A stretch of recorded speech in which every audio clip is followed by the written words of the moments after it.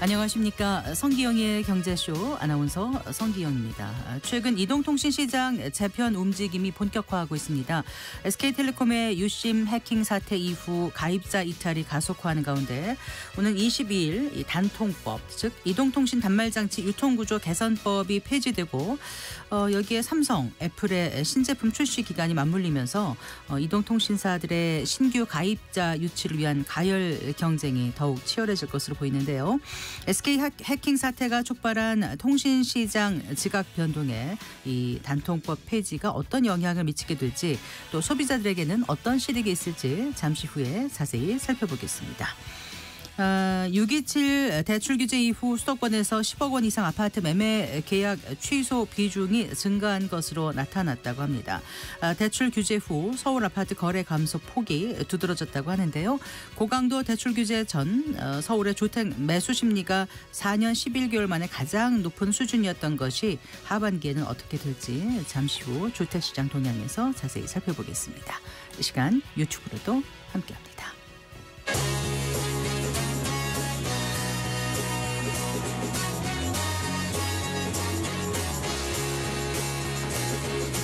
경제 시야를 넓혀드립니다. 투자의 지름길을 안내합니다. 돈 되는 정보를 발견하는 시간. KBS 1라디오 경제쇼.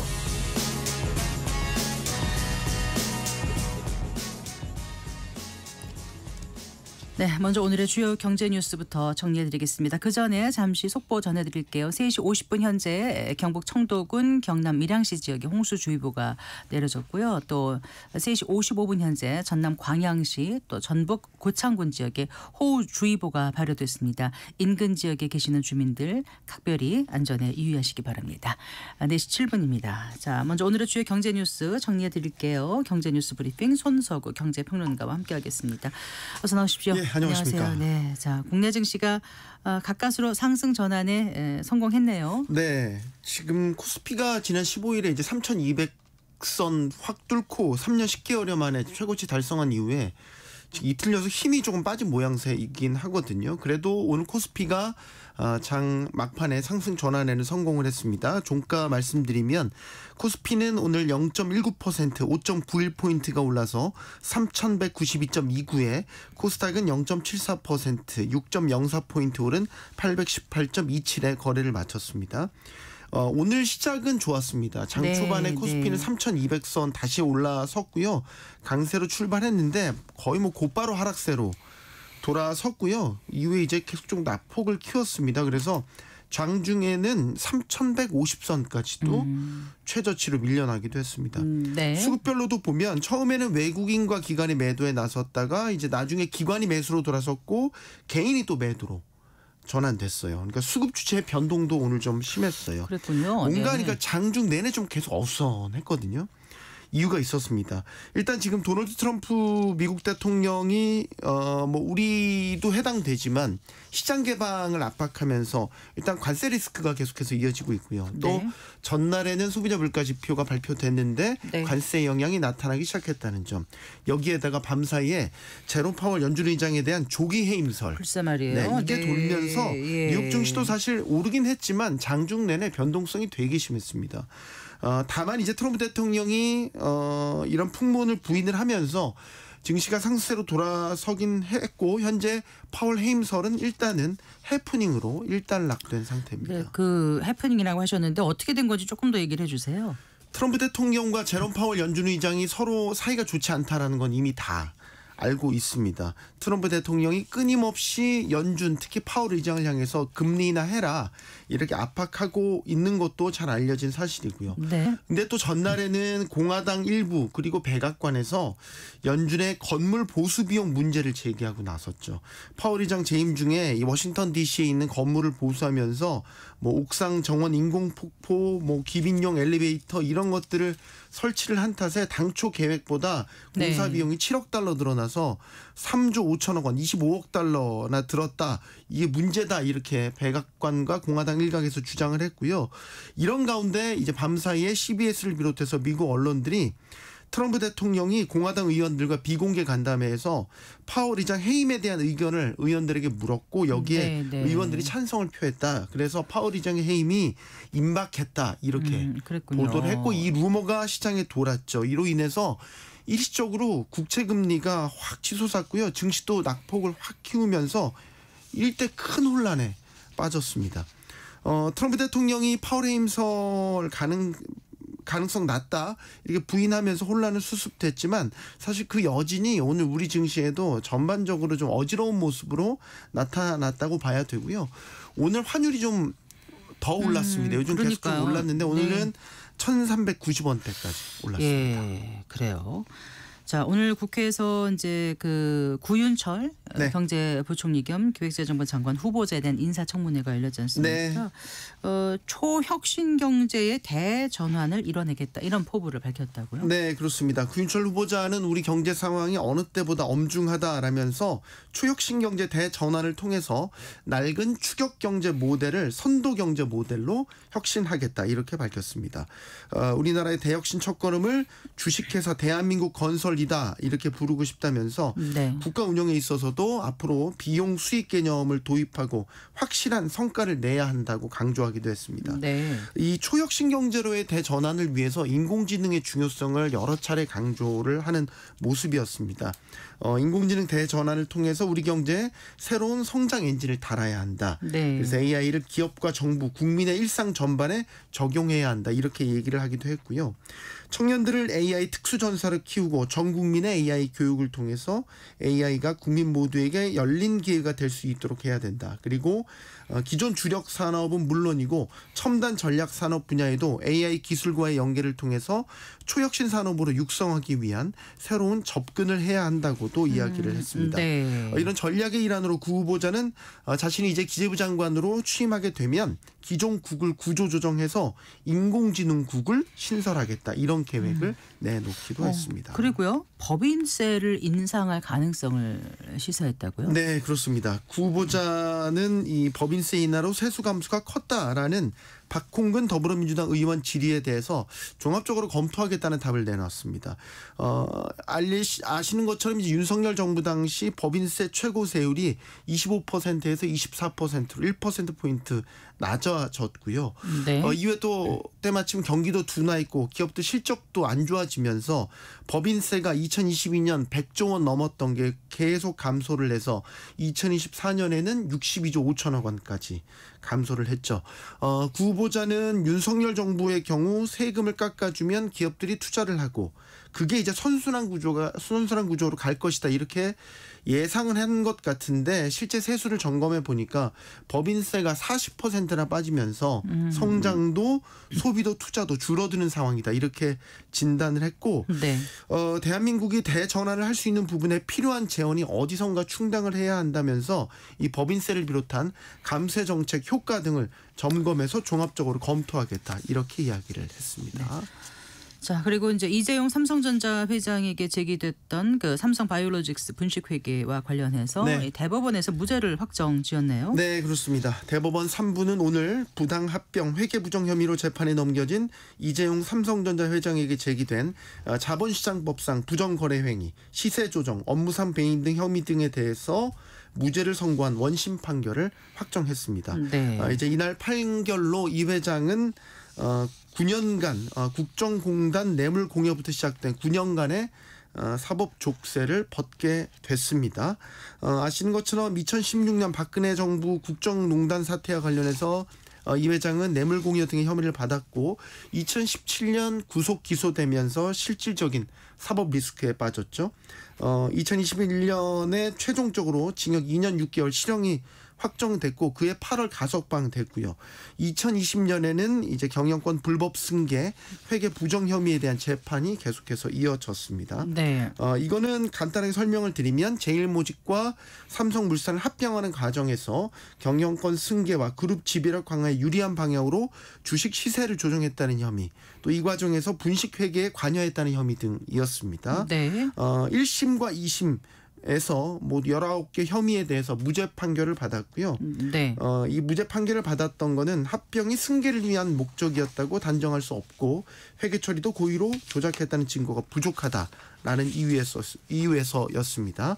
이제 오늘 대법원에서 최종 무죄를 확정받게 되면서 9년간의 사법 리스크를 마무리 짓게 됐습니다. 네. 자, 대법원 판결에 대해서 이재용 회장 어떤 입장을 내놨습니까? 이재용 삼성전자 회장 변호인단은 오늘 대법원 판결에 대해서 삼성물산 합병과 삼성바이오로직스 회계 처리가 적법하다는 점이 분명히 확인됐다면서 네. 충실한 심리를 통해 현명하게 판단해 주신 법원에 진심으로 감사드린다라는 입장을 밝혔습니다. 네. 삼성은 그룹 입장에서 공식 입장을 내놓지는 않았지만 내부적으로는 오랜 기간 이어져온 리더십 공백 사태가 해소되고 경영에 집중할 환경이 마련됐다면서 안도하는 분위기였고요.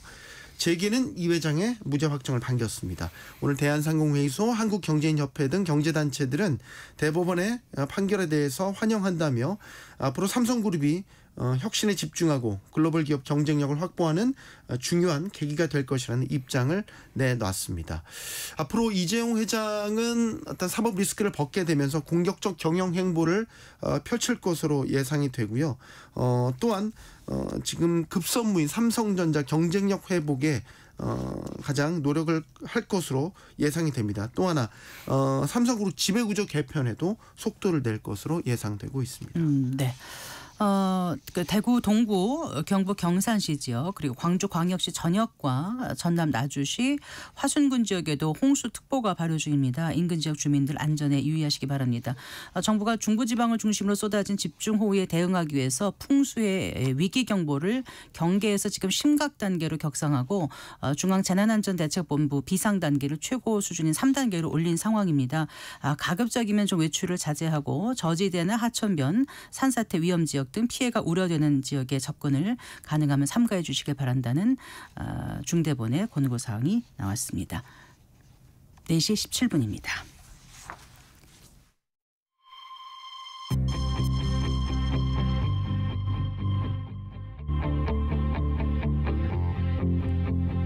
경제 전문가의 원포인트 레슨. 꼭 알아야 할 정보와 이슈를 알기 쉽게 풀어드립니다. 대한민국 경제 고수와 함께 투자의 맥을 짚는 KBS 1라디오 경제쇼. 진행의 성기영 아나운서입니다.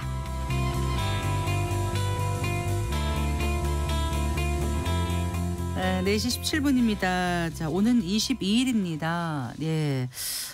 말도 많고 탈도 많았던 단통법, 네, 드디어 폐지가 됩니다. 하지만 그동안에 이제 통신시장 변화도 많았고요. 또 여러 가지 대비를 해봤던 터라 뭐 단통법이 폐지되더라도 통신시장에는 그리 큰 영향이 없을 거다 이런 예측이 많았었는데 최근에 SK텔레콤의 해킹 사태 이후에 시작된 이동통신 3사의 지각 변동이 단통법 이후에 더 거세질 것이라는 그런 예측이 나오고 있습니다. 여기에다가 이제 삼성의 신제품 출시와 맞물려서 통신 3사의 경쟁 구도 변화가 예상되고 있는데요. 자, 구체적으로 어떤 것들이 변화될지 그리고 소비자 입장에서는 어떤 득실이 있을지 자세히 짚어보겠습니다. 이성엽 고려대학교 AI 미래융복합연구본부장과 함께하겠습니다. 어서 나오십시오. 네, 안녕하세요. 교수님. 네, 최근 SK텔레콤이 이제 유심 해킹 사태 네. 이후에 가입자 변동 등 여러 가지 이제 변화가 이루어지고 있지 않습니까? 네네. 지금까지 좀 상황을 좀 정리를 해볼까요? 네, 아시는 대로 해킹을 당해서 이제 유심 관련 이제 개인 정보가 유출이 돼서 국민들이 상당히 불안해했고, 네. 또 특히 뭐 자기 폰이 복제가 되는 거 아니냐 이래서 이제 불안감 때문에 가입자들이 이제 SKT에서 KT나 LG로 또 많이 넘어간 것 같습니다. 네. 근데 7월 4일에 SK텔레콤이 이제 기존 고객에 대한 대규모 보상안도 발표하고. 또 위약금을 또 면제해 주기로 해가지고 한 열흘 동안에 한 16만 명이 지금 다른 통신사로 이동했고. 아, 그래요? 16만 명이요? 네네. 3개월 따지면 한 80만 명이 번호 이동을 한 것 같습니다. 그래서 원래 이제 SK텔레콤 시장 점유율이 한 40%였는데 이게 좀 무너지지 않았느냐. 좀 그런 예측도 있고 7월 15일부터는 이제 지금 아까 말씀하신 삼성에서 이제 새로운 신제품 폴더블 폰 7을 이제 예약 가입이 시작됐고 네. 다음 주 22일은 단통법이 또 폐지가 됩니다. 그래서 이런 새로운 단말기가 나오고 또 번호 이동도 많아지고 또 단통법이 없어지면서 보조금이 좀 많이 실리게 되면 상당수 좀 경쟁이 일어나서 소비자들이 좀 저렴한 가격에 단말기를 구입할 수 있지 않을까 하는 뭐 그런 기대도 지금 있는 상황이고요. 네. 다만 이제 이번 사건 관련해서 통신사의 보안 수준이 되게 이제 중요하다. 이런 보안 수준이 어떤가에 따라서 통신사들이 소비자 선택할 때 중요한 기준으로 삼는다. 뭐 이런 것도 좀 살펴볼 수 있었던 것 같습니다. 네. 그 SK텔레콤 유심 해킹 사태를 조금 더 짚어볼까요? 네. 애초에 이게 왜 생겼던 건지. 예. 그래서 이제 나중에 정부가 발표를 했는데요. 그 조사 결과를 보면은 SK텔레콤이 이제 계정 정보를 좀 관리를 부실하게 했다. 그리고 계정. 예, 계정 정보. 계정. 예, 네. 그다음에 과거에 침해 사고가 있었는데 그거를 제대로 이제 원인을 파악하고 조치를 좀 못한 측면도 있다. 네. 그다음에 이제 주요한 정보들을 암호화하지 않았다. 이것도 이제 원인으로 지적되고 있습니다. 네. 그래서 이제 이런 것들로 인해 가지고 이제 결국은 유심 정보가 유출이 됐고요. 네. 그래서 다만 이제 이번 해킹 사건을 보면서 이전 해킹이 단순히 뭐 통신사뿐만 아니라 뭐 플랫폼이나 금융산업 전반으로 이어져서 이 사이버 침해가 이제 국가 안보와도 관련되는 중요한 이슈가 되고 있다는 측면에서 보면 네. 이제는 좀 정부에서도 직접 뭐 보안 기술 투자나 인력 양성이나 뭐 조직 강화 같은 제도도 좀 많이 선봐야 되지 않을까 뭐 그렇게 생각을 합니다. 그러니까 이게 해킹 기술이 워낙 고도로 발전되다 그렇습니다. 보니까 네. 어떻게 보면은 아무리 사전에 예방을 한다고 하더라도 또 이 틈새를 그렇죠. 비집고 들어오는 게 있어서 네, 네, 네. 완전히 그 막아내기는 어렵다는 생각이 들기도 하고 그렇습니다. 맞습니다. 그래도 최소한의 장치를 해야 되는데 네, 네. 아까 암호화하지 않았다 네. 이런 거는 좀 했었어야 됐던 건가요? 그래서 그런데 암호화는 기본적으로 이제 암호화하게 되면 성능이 좀 떨어지기 때문에 이게 암호화를 이제 법적으로 꼭 하도록 한 게 있고 네. 또 뭐 암호화가 법적으로 안 돼 있더라도 암호화를 좀 더 할 수는 있는데 지금 네. 성능이 많이 좋아졌기 때문에 암호화를 법에 없더라도 좀 하는 쪽으로 우리가 좀 고민을 해야 될 것 같습니다. 네. 그래요. 그 이제 유심 해킹 사태 이후 후속 조치로 이제 위약금 면제까지 이제 하게 됐습니다. 그 SK텔레콤의 대응 방안에 대해서는 어떻게 보셨어요? SK텔레콤이 처음에 이제 사고가 뭐 이슈 흔적을 발견한 다음에 좀 신고를 뭐 며칠 지연했는 게 하루 있었어요. 이틀인가 좀 네, 근데 그건 사실 뭐 같아요. 자기들도 이제 어떤 정보가 나가는지 파악하는데 시간이 필요한 거니까 네. 그 며칠 넘은 게 뭐 결정적인 문제는 아니었던 것 같고요. 다만 이제 그 유심을 조치하는 과정에서 네. 유심 물량이 이제 충분하지 않은데 그걸 생각을 못 하고 전체적으로 교체를 하면서 막 그 어르신들이 아침부터 줄을 서고 하는 그런 네, 문제가 네. 있어서 국민들이 불편이 많았죠. 네. 그래서 그런 부분도 좀 문제였고 또 유심 보호 서비스 같은 거 가입하면 네. 특별히 이제 폼 복제 위험도 없는데 이것도 좀 정확히 알리지 못한 측면도 있고 해서 복제 위험이 아예 없는 건가요? 뭐 거의 없다고 봅니다. 네. 근데 이제 이것도 정확히 알리지 못해가지고 국민들께서 불안해하고 네. 전체적으로 뭐 정부도 그렇고 SK텔레콤 등의 초유의 사태니까 그런 대응들이 좀 부족했다 이렇게 보이고요. 다만 이제 그 위약금 같은 걸 면제를 해가지고 자기들의 어떤 규책 사유를 인정한 점이라든지 네. 또 향후에 지금 뭐 7천억 정도 보안 투자한다는 점은 뭐 긍정적으로 보여서 네. 하여튼 이 보안 문제가 이제 하여튼 그 통신사의 일반적인 데이터나 뭐 이런 보이스 서비스 말고 되게 중요하다는 점이 우리가 알 수 네. 있게 된 걸 볼 수 있을 것 같습니다. 네.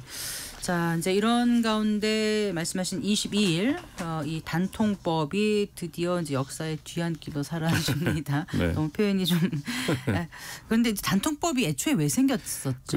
그 당시에 이제 뭐 기억하시기 10년 전에 우리가 보조금을 뭐 누구는 많이 받고 누구는 적게 받고 뭐 어느 네. 지역 가니까 보조금을 많이 주고 어딘 적게 주고 해가지고 보조금을 이제 받은 사람과 받지 못한 사람 간에 차별이 되게 심했다는 그 네. 뭐 그런 민원들이 지역에 많았어요. 따라 정보를 네네, 자기 정보에 얼마큼 갖느냐에 따라서 그리고 이제 이렇게 되게 단말을 자주 바꾸다 보니까 이제 뭐 자원 낭비도 있고 그리고 이제 가계 통신비도 상당히 그러니까 번호 이제 이동하면은 그렇죠. 이제 여러 가지 혜택 주니까 자꾸 그렇죠. 바꾸는 자꾸 거예요. 거죠. 네. 네. 그러다 보니까 그렇죠. 불필요하게 그렇죠. 자원 낭비가 가소비가 되는 이제 많은 거잖아요. 것. 네. 그리고 이제 뭐 가계 통신비도 좀 부담이 좀 강화되고 어쨌든 계속 바꾸면서 요금제 가입하고 이러다 보면 그래서 이런 것들 때문에 이제 그 이런 보조금을 차별 지급하는 걸 완전히 좀 금지하자 이렇게 단통법이 이제 생기게 됐습니다. 근데 원래 그 모든 건 물건을 사면 요즘 플랫폼도 다양하고 시장 가격 다 다르지 않습니까? 네네. 그래서 뭐 정보 차이가 있든 간에 내가 뭐 선택하는 거지 이렇게 생각하기에는 이게 좀 다른 거죠. 왜냐하면은 이 단말기 같은 경우는 지원금은 모든 소비자 요금에서 나오는 건데 일부 소비자는 혜택을 받고 일부는 못 받고 하니까 이게 이제 문제가 된다는. 맞습니다. 예. 그래서 그 이제 그게 뭐 정보의 비대칭성 때문에 이제 그 정보 비대칭 때문에 말씀하신 대로 똑같은 재원인데 모두 소비자가 되는 요금으로 인해서 재원이 형성되는데 네. 누구는 혜택을 받고 혜택을 못 받는 문제가 생기니까 네. 그게 부당한 차별이다. 이렇게 해서 이제 금지가 됐습니다. 그런데 이제 시간이 지나면서요. 단통법이 오히려 또 그 통신사들 간의 경쟁을 막고 소비자 선택권을 제한한다 이런 지적이 또 나오더라고요. 이건 어떤 부분이었습니까? 그래서 이제 사실 우리가 이제 보조금을 받는 대신에 이제 25% 요금을 할인하는 선택약정 제도가 도입이 됐잖아요. 네. 그래서 이제 이 선택약정 제도가 도입이 되면서 실제 가계통신비도 전체 우리 가구 소비 지출 중에서 한 6% 정도 차지하던 것이 한 5.2%로 감소를 했고요. 그러니까 통신비가 좀 낮아진 거죠. 낮아졌고. 근데 문제는 단말기가 여전히 고가여서 네. 그러니까 요금보다는 이제 단말기에 대한 좀 접근이 어려워지는 문제가 있었습니다. 그래서 소비자 입장에서는 이게 이제 선택 약정 때문에 요금은 좀 할인된 만든데 네. 새로운 제품이 나올 때마다 너무 비싸니까 단말기가 네. 이걸 새 제품 사는데 그리고 이제 몇 년 부담이 못 되고. 쓰게끔 되더라고요. 그게 기술 인력이 부족한 건가요? 그거는 배터리의 뭐 문제인가요? 뭐 왜 꼭 내부- 한 2, 3년 지나면은 바꿔야 되는 것처럼 근데 뭐 되죠? 애플 대비해서 네. 삼성이 좀 빨리 내구성이 좀 소진되는 그런 네. 면도 있는 것 같아요. 네. 그래서 뭐 그런 부분은 우리가 좀 뭐 이 단말기도 좀 그 경쟁이 도입이 안 돼서 생기는 문제도 있을지 않느냐. 지금 현재는 삼성과 애플밖에 없잖아요.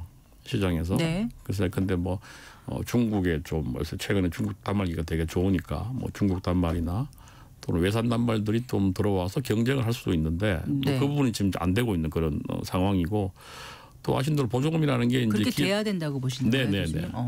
보조금이 또 마케팅 수단인데 네. 그 마케팅 수단을 이제 법으로 금지하려는 나라도 없고 해서 네. 이런 부분에 대해서도 조금 그 법적으로 문제가 있었다. 그래서 이제 단통법을 좀 폐지하는 것이 안 좋겠느냐. 그렇게 이제 논의가 이루어져서 이번에 폐지하게 됐습니다. 그러면 그런 이제 긍정적인 평가도 있지만 이제 부정적인 면이 있어서 결국은 폐지하게 됐는데 네. 그러면 폐지가 되면 그동안 소비자 부담이 이제 저 통신비 줄어들었지만 이제 단말기값이 그렇죠. 비쌌던 이 문제가 해결이 되는 건지. 그 일부는 네. 그래서 이제 내용은 보면 한 세 가지인데 하나는 이제 통신사들이 이제 지원금을 공시하는 의무가 없어져서 이제는 네. 뭐 얼마까지만 지원금을 준다 이게 없어졌어요. 그래서 이제 좀 높여서 근데 뭐 50만 원, 100만 원 이렇게 줄 수 있게 됐고요. 그다음에 이제 그 통신사 말고 이제 유통점 우리 말하는 네. 대리점에서도 이제 그 추가 지원금이라 그래서 네. 통신사가 지원하는 공시금의 15% 범위 내에서 줄 수 있었는데 이 15% 제한이 없어졌어요. 그래서 이제 대리점도 더 많은 지원금을 줄 수 있게 되니까 네. 그러니까 통신사 지원금도 이제 어떤 그러니까 공시 지원금의 15% 이내에 추가 지원금 을 주도록 돼 있었는데 그게 제한이 없어져서 없어진다고요? 더 올라갈 수 있는 거죠. 뭐 그래서 그런 거 하고 그다음에 이제 네. 그 이제 그 번호 이동이냐 기기 변경이냐 또는 뭐 이 가입 요금이냐 요거에 따른 차별은 가능하게 됐기 때문에 네. 근데 뭐 번호 이동을 하면 좀 더 보조금을 많이 줄 수 있는 게 예전에는 이제 불법이었는데 합법이 됐기 때문에 그런 면에서 통신사들이 아마 지원금을 좀 더 많이 주지 않을까. 지원금 규모가 좀 커질 걸로 이렇게 보입니다. 그러면 지원금 규모는 커지면요. 그 소비자가 저렴하게 단말기를 구입할 수 있는 그렇습니다. 예, 조금 현재보다는 조금 더 이제 지원금이 커져서 네. 소비자들이 좀 쉽게 단말기를 구입할 수 있지 않을까 뭐 이렇게 때 원래 있던 그 요금 할인 받는 거 있잖아요. 네. 보조금 대신에 네. 그건 여전히 있기 때문에 네. 단통법에 있던 거를 지금 정기통신사업법으로 옮겨가지고 그대로 규정을 해가지고 보조금을 원치 않으면 자기는 선택약정을 받을 수 있고요. 네. 이 경우에도 선택약정을 받는 경우에도 그 아까 말씀드린 유통점에서 추가 공시 지원금을 받을 수가 있어요. 네, 네. 그러니까 요금 할인도 받고 네. 이제 선택약 요금 할인도 받고 유통점에서 그 추가 공시 지원금도 받을 수 있으니까 네. 요금 할인과 좀 단말기 부담 경감이 동시에 이루어질 수 있지 않느냐 이렇게 기대를 하고 있습니다. 그럼 어쨌든 단통법 생기기 이전 상황으로 똑같이 돌아가는 건 아니죠. 똑같은 건 아니죠. 왜냐하면 네. 이제 선택 약정 할인이라는 게 있기 때문에 그렇죠. 그러면서 돌아가는 거고요. 네. 그리고 여전히 이제 그 가입 유형하고 요금제에 따른 차별은 가능한데 네. 그 이외의 차별은 금지되니까 뭐 나이나 지역이나 뭐 성별이나 이런 거에 따른 차별은 이제 금지되기 때문에 네. 뭐 그런 차별이 있으면 또 방통위가 조사해서 제재하는 거는 뭐 같은 그 거라고 보시면 말씀하신 되겠습니다.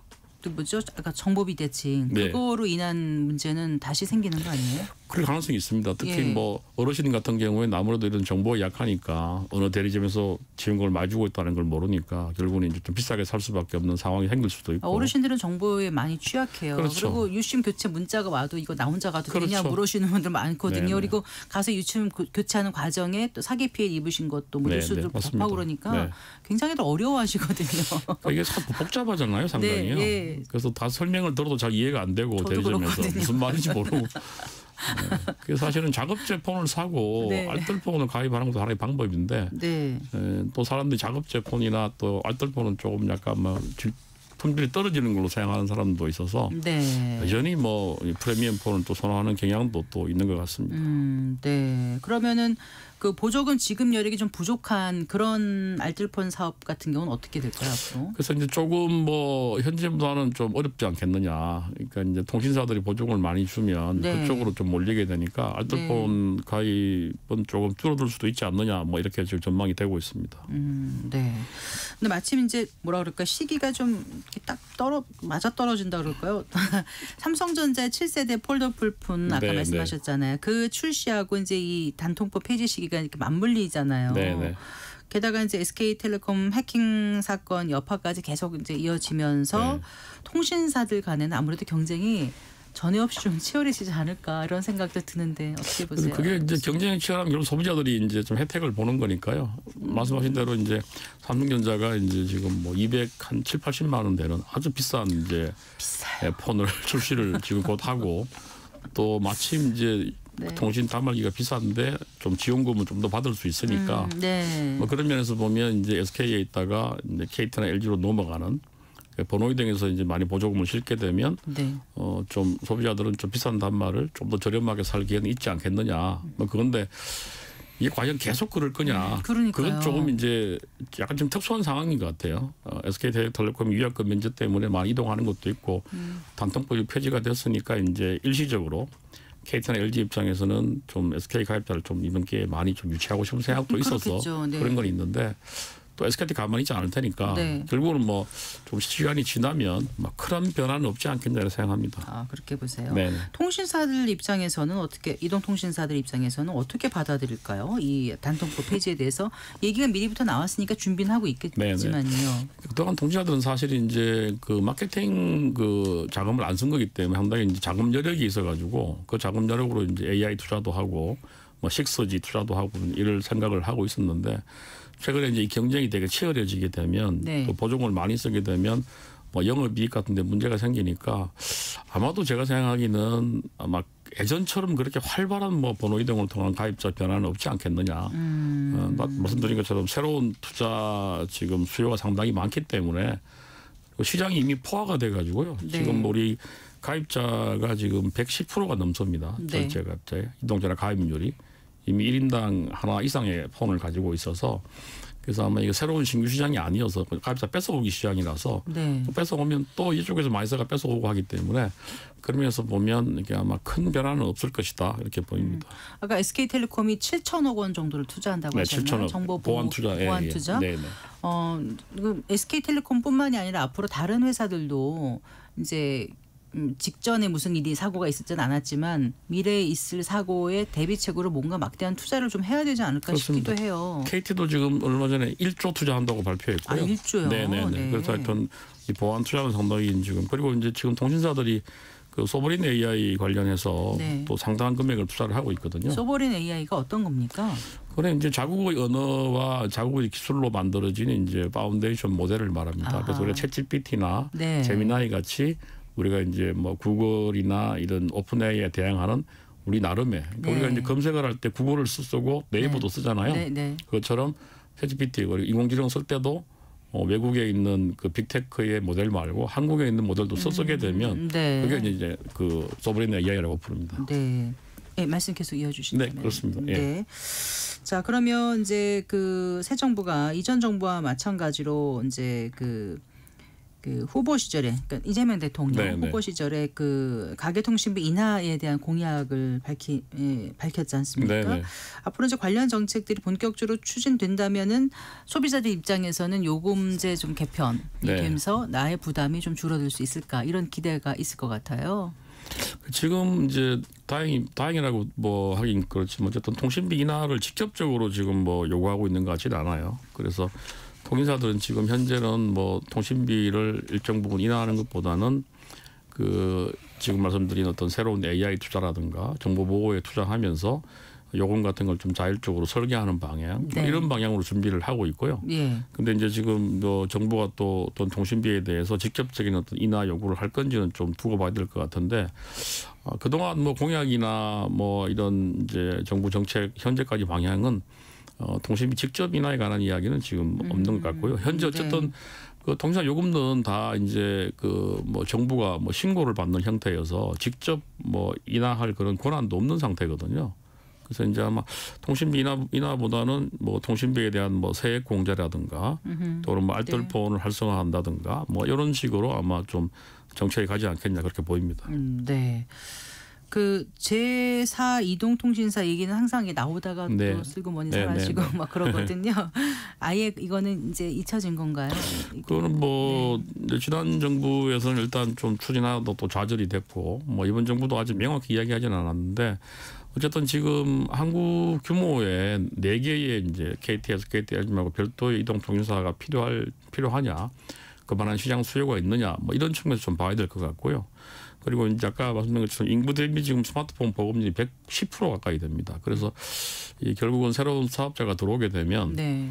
정부가 이제 막대한 지원을 해야지만 성장할 수 있는데 그거는 네. 이제 어떻게 보면 소비자에게 돌아가야 될 후생이 사업자에게 가는 거여서 뭐 그런 측면에서는 네. 사이통보다는 저는 알뜰폰을 좀 더 활성화하는 방향으로 네. 알뜰폰을 좀 M&A를 통해 대형화한다든지 뭐 그런 방식으로 하는 것이 맞지 않겠냐 이렇게 보고 있습니다. 네.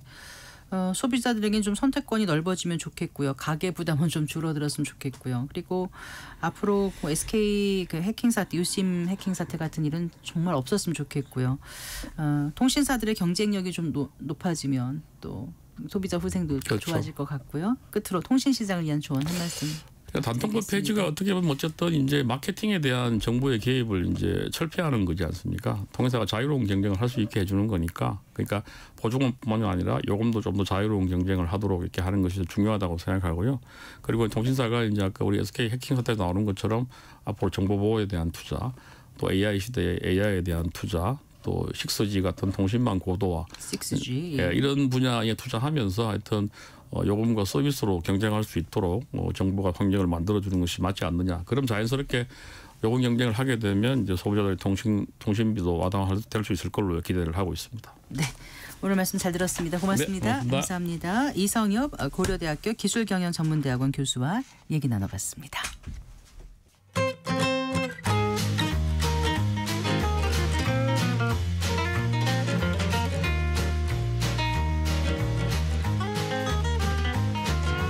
경제 맛집 투자 핫플.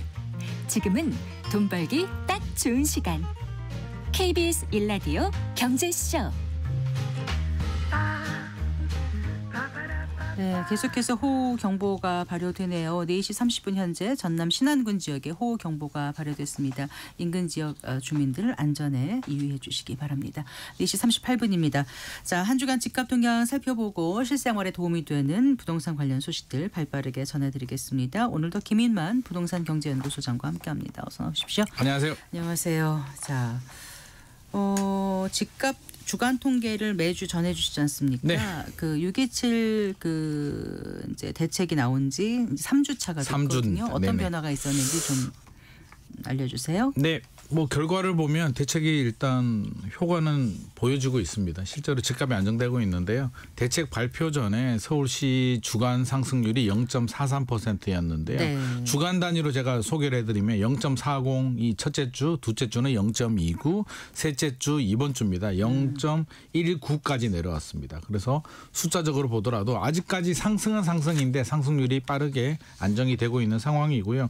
제일 문제가 됐던 지역들이 이제 성동구, 서울의 성동구와 네네. 서울의 마포구인데 성동구가 대책 발표 전에 0.99%까지 급등을 하다가 지금 3주 7월 2주 차죠.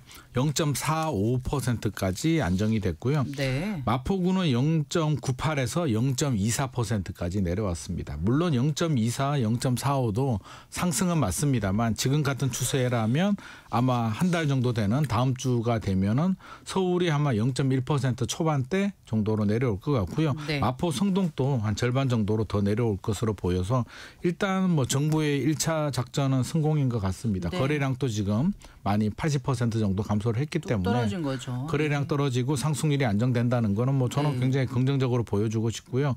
여기서 이제 추가적으로 어떤 공급 대책이 나오고 이제 어떻게 되는지가 굉장히 중요한 포인트가 될 것 같습니다. 네. 지방은 계속 하락세인 거죠?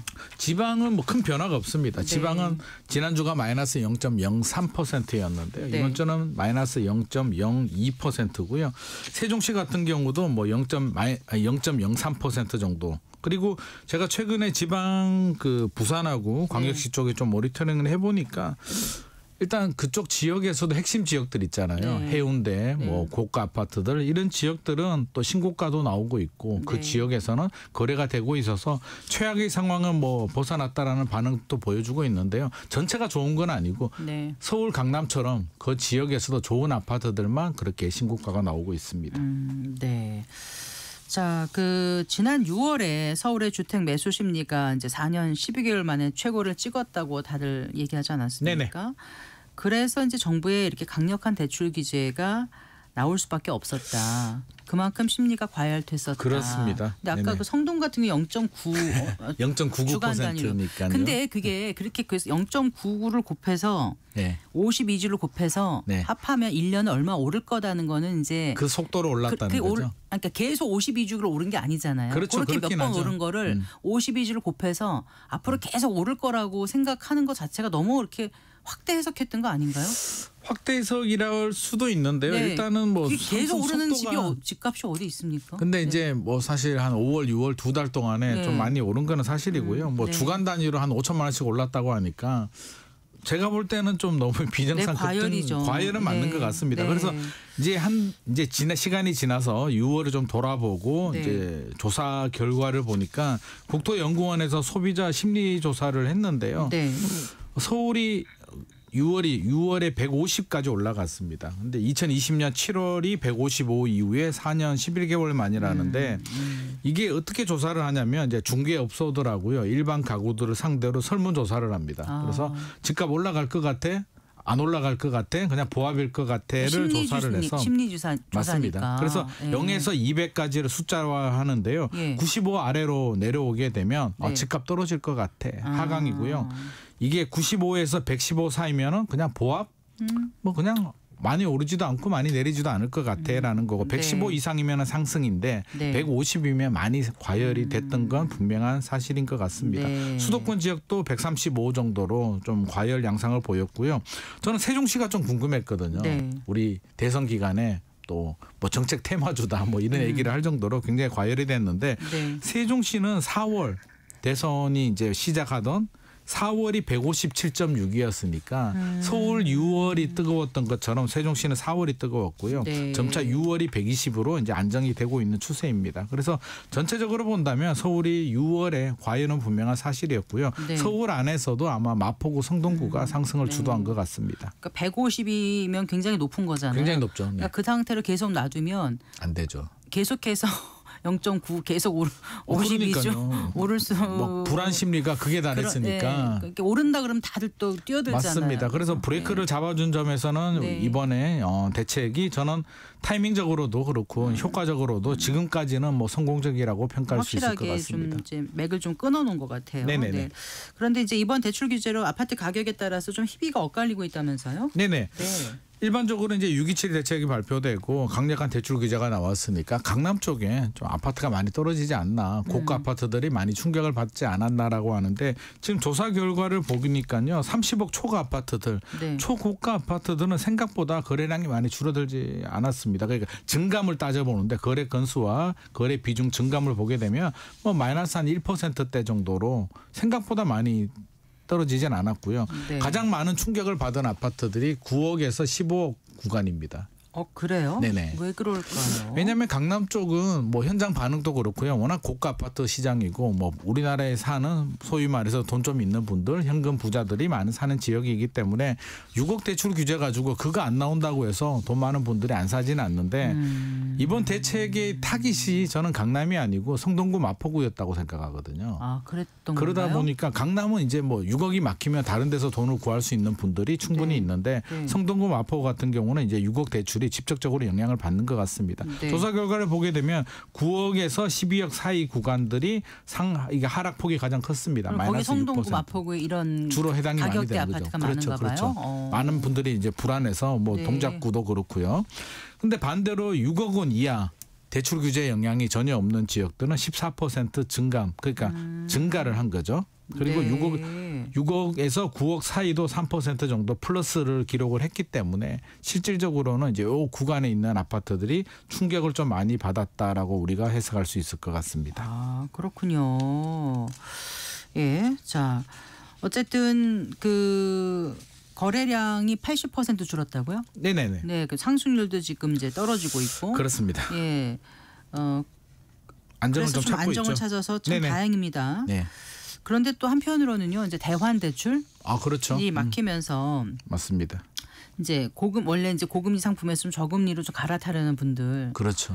좀 속상해하시고 실수요자들이 예. 이제 피해를 좀 보고 있는 상황인데요. 예. 뭐 정책은 다 양면성이 있잖아요. 모든 게 다 만족할 수가 없고 이번 6.27 대책은 굉장히 좀 급하게 나오긴 했습니다. 이것저것 고려할 상황이 아니었고요. 단기간에 너무 급등을 했기 때문에 빨리빨리 모든 대책의 역량을 다 총동원해서 불을 끄긴 했는데 물을 이제 많이 쏟아붓다 보니까 이제 피해를 보시는 분들이 있는데 대표적으로 어떤 분들이 있냐면 대환 대출이라고 한다면 내가 대출을 받았는데 금리가 높아요. 네. 그러면 저렴한 금리로 이제 갈아타시는 분들이 있잖아요. 근데 지금 이 길이 막힌 게 대환 대출을 생활 안정자금 대출로 분류를 합니다. 그러니까 1억까지만 나오다 보니까 대환 대출의 평균이 한 1억 5천 정도 되거든요. 그러니까 실질적으로 피해를 보시는 분들이 있는데 예를 들자면 한 5년 전에 요즘 대출이 어떻게 나오냐면 혼합 주기형으로 많이 나옵니다. 5년은 고정금리 저리 대출로 해주고 5년이 지나면 시세대로 나오는데 5년 전에 2%대 정도로 대출 받은 분이 최근에 이제 고정형이 끝나고 변동형으로 적용하다 보니까 4%대 정도로 끙충 올라갑니다. 근데 이분들 입장에서는 그럼 다른 데 가면 어느 정도 받을 수 있는데요? 다른 데 가게 되면 3% 후반대 정도 받을 수 있으니까. 새로 하시는 분들은? 네. 그러면 다른 은행에 가서 나 지금 3억 대출 받고 있는데 저렴한 대출로 3억 바꿔주세요라고 하려고 하든지 했는데 그게 지금 안 된다는 겁니다. 생활 안정자금이 1억까지밖에 안 되니까. 네네. 실제로 막혔다는 거죠. 그래서 그럼 2억만 할 수는 2억 그렇게는 안 됩니다. 그렇게는 안 돼요. 네네. 그래서 실질적으로 이런 분들이 좀 뭐 안타깝다면 좀 피해를 좀 볼 수 있는 부분인데 저는 이거는 좀 개선이 필요하다고 보는 게요.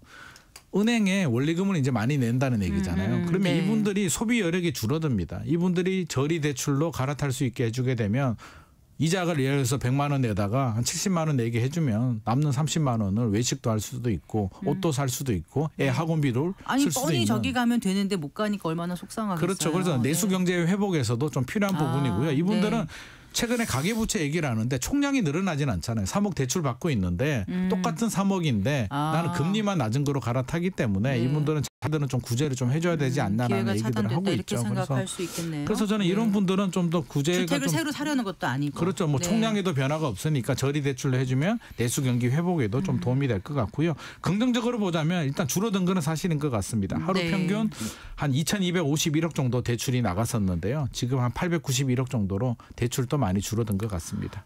정말 어떻게 보면 정말 대출들을 많이들 내시는데 옛날에 이제 외상이면 소도 잡아먹는다 이런 말도 있지만 이렇게 이제 이게 계속 가격이 오를 거라고 기대하고 대출을 내서 무리하게 해서 정말 영끌이 되는 경우도 있고 물론 맞습니다. 자기 소득 수준에 따라서 무리가 안 되는 분들도 계시지만 있고요. 이게 평생 30년 40년 대출을 받아서 한다는 게 가정에 어떤 변화가 생길 수도 있고요. 실직이 될 수도 있고 아플 수도 있고 그래서 너무나 이렇게 무리하게 대출하는 건 좀 아닌 것 같다는 생각은 그거는 어떤 경우라도 바람직하지 않습니다. 자기가 감당하지 못하는 대출은 절대 받으면 안 되고요. 예상치 못하는 변수들 우리 2022년에도 경험을 했잖아요. 금리가 갑자기 올라가게 되면 원리금 상환 부담이 2배 정도 갑자기 내년이라도 2배 늘어날 수도 그러니까요. 있습니다. 그래서 네. 항상 작은 계획을 세울 때에는 원리금 상환 부담이 언제라도 2배 올라갈 수 있겠구나. 그러면 내가 3년 정도는 허리끈을 졸라매고 네. 2배 올라가더라도 버틸 수 있는 여력이 리스크 관리인 것 같습니다. LTV, DTI, DSR 다 적용돼서 좀 다들 안전한 대출이라고 하지만 그래도 너무 이게 부담을 갖고 하는 그렇습니다. 게 맞는 건지에 네. 대한 고민을 너무 타이트하게 여기서 올라가면 안 돼라는 대출 관리는 절대 바람직하지는 이번에 좀 않습니다. 해보게 됐습니다. 네.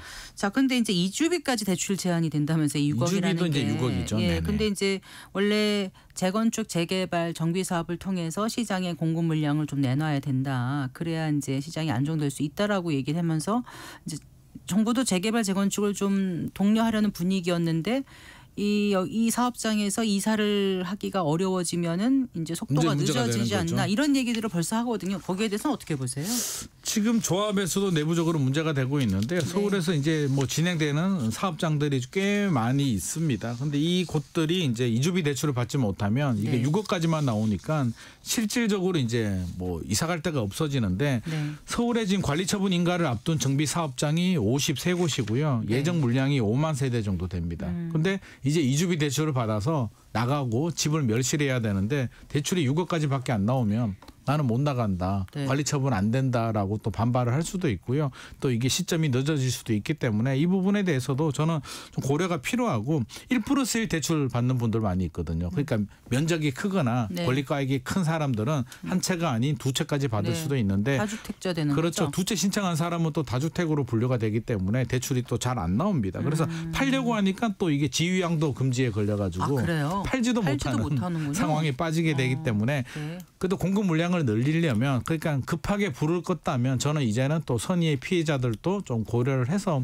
보완 대책도 좀 고려를 해야 되지 않나. 앞서서 네. 우리가 보듯이 대환 대출이라든지 이주비 대출 같은 경우는 네. 그래도 좀 해주는 게 우리 공급 확대에도 도움이 되지 않나 생각을 하고 있습니다. 그 이제 이재명 정부의 공공주택 공급의 일환으로 이제 적금이 적립주택, 지분 적립형 주택. 네, 지분 적립형 예, 예, 주택을 예. 적금 주택이라고 합니다. 네, 그게 네네. 언제 얼마나 공급이 될 수 있다는 거예요? 네, 적금 주택을 지금 이제 추진한다라고 하는데요. 적금 주택인 우리가 여러 번 소개를 해드렸는데 이제 초기 자금이 부족하신 분들 최초 분양가의 한 10에서 25% 정도 내고요. 네. 나머지에 대해서는 공짜로 사는 건 아니고 이제 임대료를 내야 되는데 네. 주변 시세, 전세 시세의 80% 정도를 합니다. 그러면 내가 예를 들어서 지분을 20%를 확보를 했어요. 그럼 네. 20%의 돈을 내고 나머지 80%는 공공이 사는 거죠. 사고 있고 나는 공공의 그 80%에 대한 임대료를 주변 시세의 80% 수준 낮게 주다가 이제 조금씩 이게 지분을 매입을 해서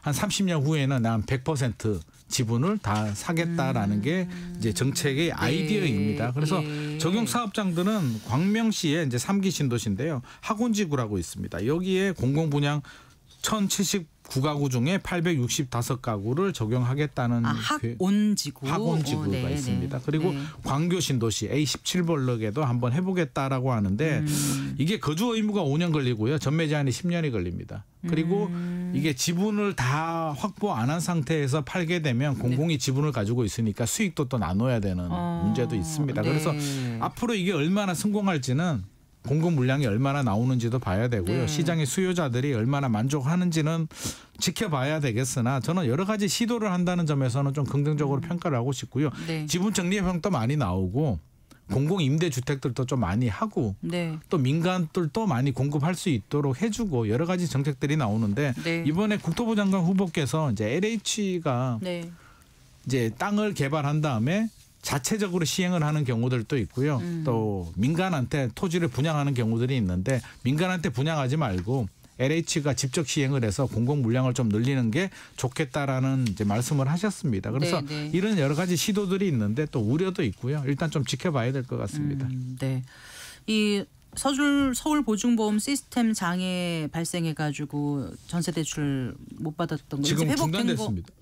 회복된 거 아니에요? 지금 이제 오늘 회복됐습니다. 어제까지 네. 중단이었고요. 네. 그래서 문제가 굉장히 심각한데 이게 랜섬웨어 공격을 받았거든요. 네. 그래서 전자보증서 발급이 안 돼서 이게 생각보다 일이 굉장히 많더라고요. 전월세 보증도 안 되고 휴대폰 할부 개통도 안 되고 안 되는데 네. 보안에 조금 더 신경을 많이 써야 될 것 같습니다. 네. 예, 잘 들었습니다. 고맙습니다. 감사합니다. 네, 김인만 부동산 경제연구소장과 함께했습니다.